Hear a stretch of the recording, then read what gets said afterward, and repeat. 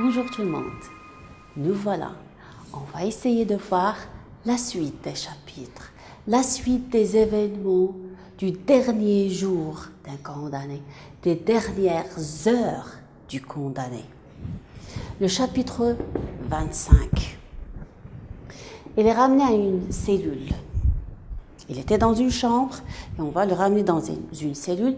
On va lui offrir une chaise, une table, de l'encre, du papier pour qu'il écrit encore. Question de profiter de ces quelques minutes qui lui restent à vivre, peut-être quelques heures, pas plus.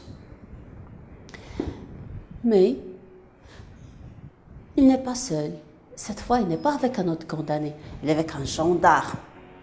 Le rôle de ce gendarme, par ironie du sort, c'est de l'empêcher de se suicider. Il est là, on le garde, on le préserve pour le guillotiner, mais il n'a pas le droit de se suicider, c'est-à-dire de se tuer lui-même.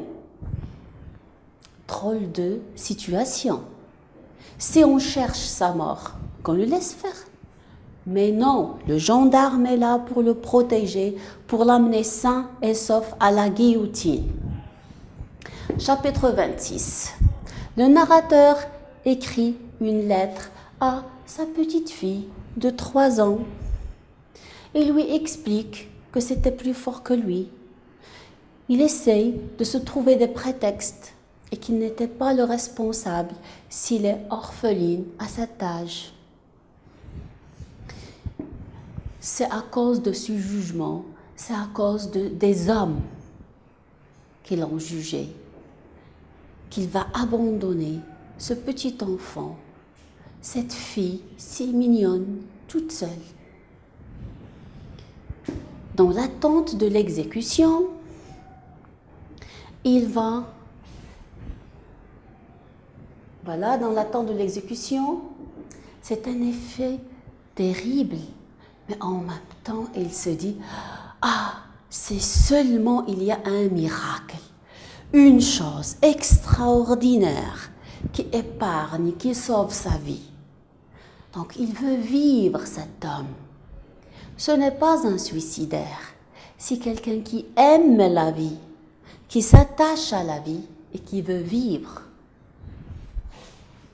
Le chapitre 28, place de grève. La place de grève, c'est un lieu public où on exécute les condamnés à mort. La place de grève, il avait déjà aperçu une fois. Il explique comment les préparatifs se font.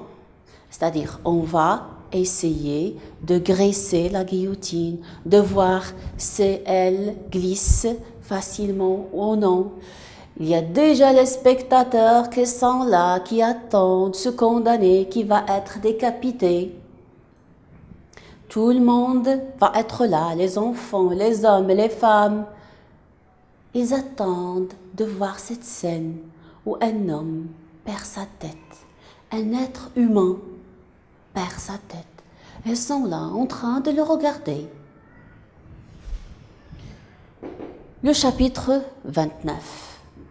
Le narrateur espère encore, mais cette fois, il devient un peu plus réaliste. Le chapitre précédent, il espérait un miracle, une chose extraordinaire. Maintenant, il espère autre chose. Il espère la grâce royale.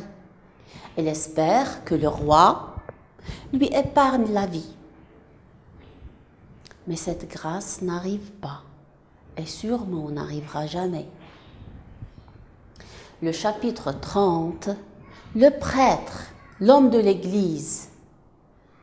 Il est là, il vient, il essaie de jouer son rôle d'apaiser, de consoler cet homme qui va mourir. Mais est-ce que le condamné va l'écouter? Non, pas du tout. Le condamné, il va le faire sortir.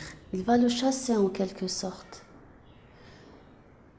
Le condamné n'accepte pas ce prêtre qui vient raconter des choses auquel il ne croit pas. Il était où ce prêtre pour le défendre en tant qu'être humain? Il était où ce prêtre pour beaucoup de choses? Mais l'essentiel, il ne veut plus l'entendre, il le chasse.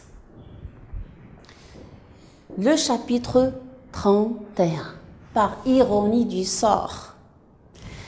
Le condamné se prépare à mourir. Un architecte, un jeune, il vient, il prend les mesures de la cellule. Pourquoi, à votre avis, il prend les mesures de la cellule? Il est en train de faire quoi? Il est en train de dresser le nouveau plan pour rénover la prison l'année prochaine. C'est-à-dire un homme, on va le tuer, et une prison, on va la rénover, on va la reconstruire. On va en faire une prison neuve. Les pierres, les murs, on les soigne, on en prend soin, on va y investir de l'argent pour qu'ils deviennent neufs. Mais un être humain, on va le décapiter, on va lui couper la tête. Alors, l'architecte échange quelques paroles avec le condamné, parce que l'architecte sait très bien que cet homme va mourir après quelques minutes. Le gendarme, il intervient, interdit de parler au condamné, et il chasse l'architecte de cette pièce.